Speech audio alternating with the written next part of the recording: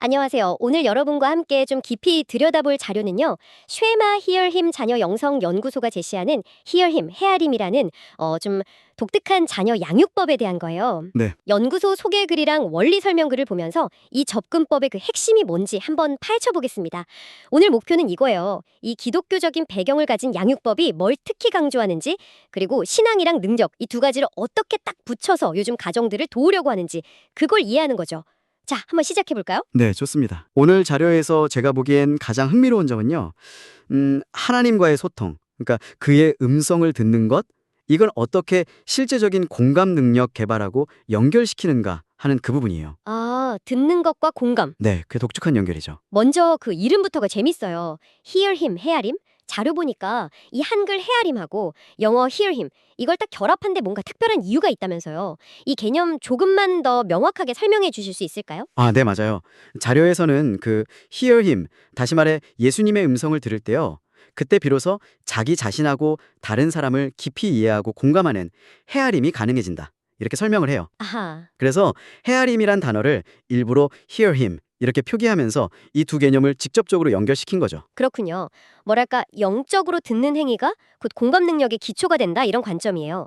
창세기에 나오는 아브라함처럼 자녀한테 순종하고 또 옳은 일을 하도록 가르치는 걸 목표로 삼는데 이게 바로 쉐마 히어 힘 자녀 영성 연구소의 어떤 핵심 사명이라고 하고요. 네. 심지어는 명품 기독가정 복제라는 목표까지 제시하더라고요. 명품 기독가정 복제라.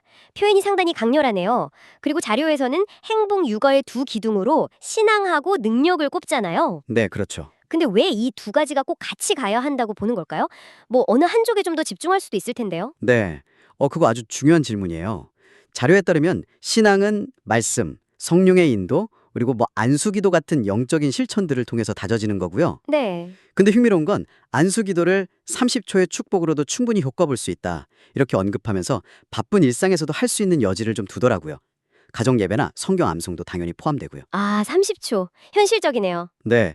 그 동시에 능력이라는 건 뭐 선택과 집중, 교육의 타이밍 잡는 거, 주도 학습 능력, 또 다자녀 양육 노하우, 부모 철학의 일관성, 심지어 부모 자신이 배우려는 태도를 점검하는 것까지 포함해서 세상을 살아갈 실제적인 힘을 뜻하는 거죠. 아, 능력의 범위가 상당히 넓네요. 그렇죠.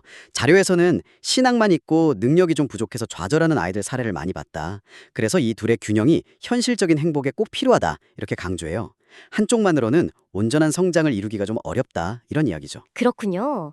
그 이론적인 균형을 넘어서요. 이 원리가 구체적으로 요즘 사회에 좀 골치 아픈 문제들 있잖아요. 예를 들면 온라인 중독 같은 거요.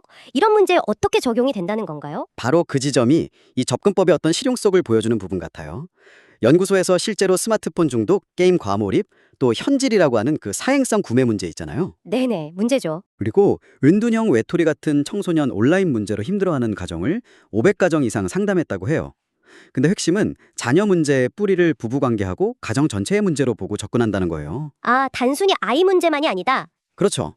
예를 들어서 남편의 게임 중독 때문에 거의 파탄 직전이던 가정이 상담을 통해서 회복된 사례를 들면서 근본적인 관계 회복이 중요하다 이렇게 말하죠. 네. 그리고 과거에 게임 중독 청소년들을 프로게이머로 키워냈던 온일센터 운영 경험도 언급되는데요. 한 15명 이상 배출했다고 해요. 이것도 어떻게 보면 문제 행동 그 이면에 있는 잠재력을 보고 능력이라는 관점에서 좀 긍정적으로 이끌어내라는 시도로 볼 수 있겠죠.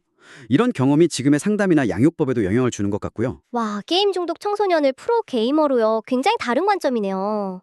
영적인 가르침하고 아주 현실적인 삶의 기술, 심지어 그 MZ 세대의 욜로 현상까지 언급하면서 균형점을 찾으려고 하는 노력이 좀 보이네요. 네, 맞아요. 상당히 통합적인 접근이에요.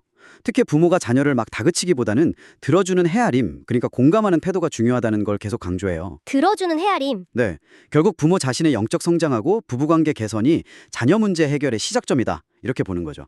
아까 말씀드린 명품 기독가정 복제라는 목표도 바로 이런 건강한 관계 그리고 균형 잡힌 성장의 토대 위에서 가능하다고 보는 것 같아요. 네. 단순히 신앙심이 깊거나 사회적으로 성공하는 걸 넘어서 내면과 외면이 조화로운 가정을 지향한다.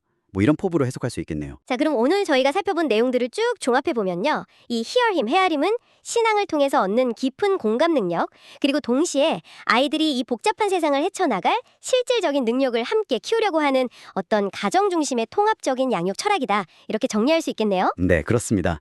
이 접근법은 뭐 온라인 중독이나 저출산 같은 우리 시대의 그런 도전들에 대해서 신앙 공동체 안에서 좀 구체적인 해법을 찾아보려는 시도다. 이렇게 볼 수 있을 것 같아요. 결국에 영성과 실력을 다 갖춘 다음 세대를 길러내는 걸 목표로 하는 거죠. 네, 오늘 이야기를 마무리하면서 여러분께 한번 생각해 볼 만한 질문 하나를 던져볼게요. 네. 자료에서 보면요. 우리가 종종 문제로만 생각하는 온라인 게임조차도 가족 안에서 잘만 활용하면 감정 조절이나 인내, 또 화합을 배우는 연습 공간이 될 수도 있다. 이런 흥미로운 관점을 제시했어요. 아, 게임이 연습 공간이요? 네. 어쩌면 여러분의 삶 속에서 좀 어렵거나 도전적으로 느껴지는 그런 요소들도 관점을 조금만 바꿔보면 성장을 위한 예상치 못한 기회가 될 수도 있지 않을까요? 한번 생각해 보시면 좋겠습니다.